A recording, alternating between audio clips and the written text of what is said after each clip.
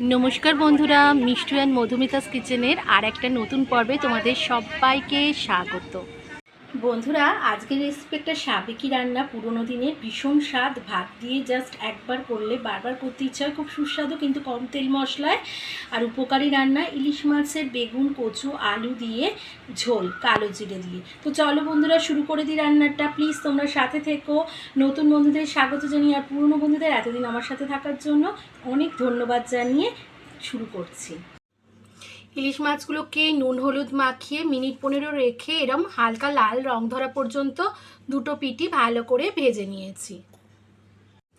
আমি প্রথমে এই সবজিগুলো কেটে নিয়েছি। কচু, একটা বেগুন মিডিয়াম সাইজের, একটা আলু মিডিয়াম সাইজের এরম লম্বা লম্বা করে কেটে নিয়েছি, আর একটা টমেটো আর দুটো কাঁচা লঙ্কা। কড়াইতে তেল দিয়ে দিয়েছি। তেল দিয়ে আলুটা ছেড়ে দেব। যেহেতু কড়াইটা বড়, তো আর একদিকে কচুগুলোও ছেড়ে দেব।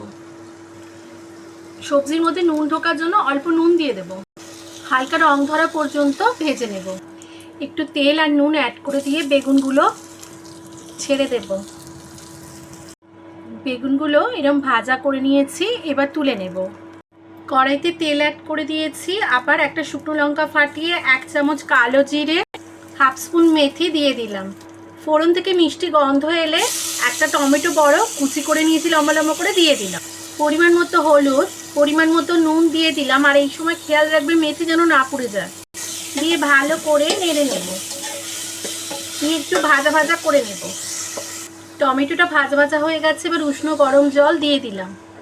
ঝোল ফুটে উঠেছে, এবার আলুগুলো দিয়ে দেব, বেগুনগুলোও দিয়ে দেব।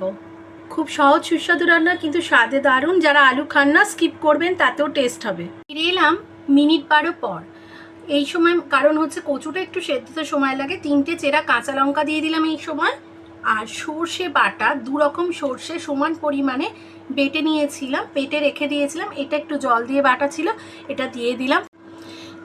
এই সর্ষে 2 রকম সর্ষে বাটা মিশিয়ে দিয়ে ঝোল গাঢ় হওয়া পর্যন্ত আমি ফুটিয়ে নেব। এই সময় ইলিশ মাছগুলো আমি ছেড়ে দেব, দিয়ে এর সাথে ফুটতে দেব, যাতে এর সাথে ইলিশ মাছের টেস্টও মিশে যায়। ফিরে এলাম মিনিট 4 পর। ঝোল গাঢ় হয়ে এসছে। ঝোলটা তোমরা তোমাদের পছন্দের মতো নেবে।